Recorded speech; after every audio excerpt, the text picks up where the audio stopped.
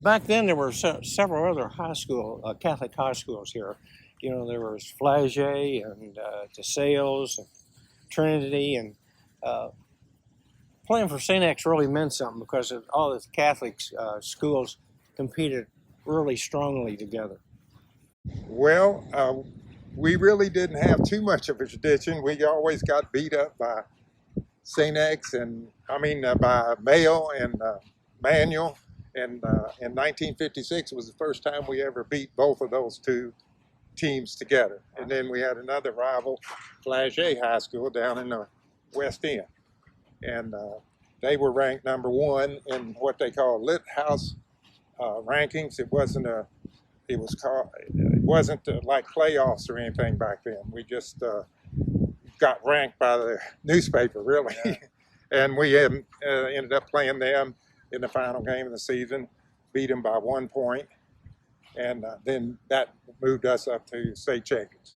Well, it was really just starting in the mid-50s to develop a good football program. Flagey was always the team before that kind of won tournaments and states and everything, and they had Paul Horning and, you know, a lot of those really good football players.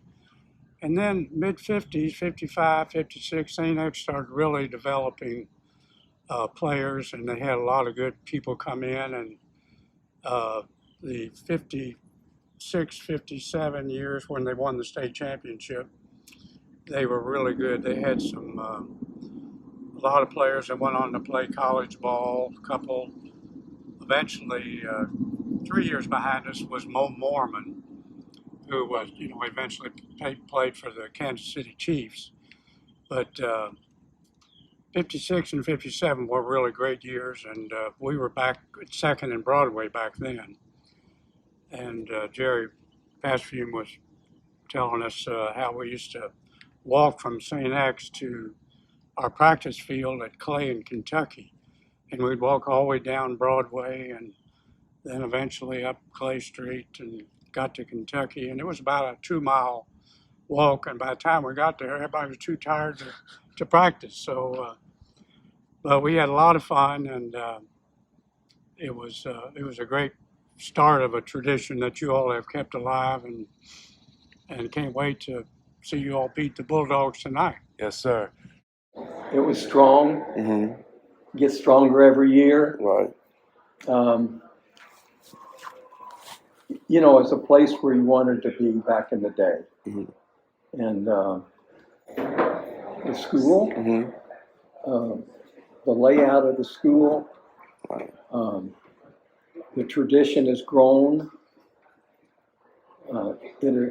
It is totally a different atmosphere here than there. I was back on Second and Broadway. Don't know if you've ever been told about that. I heard we moved locations. Yeah. But it was a smaller school. Our graduating class was, I think we had 240 or 239, something like that. Oh wow.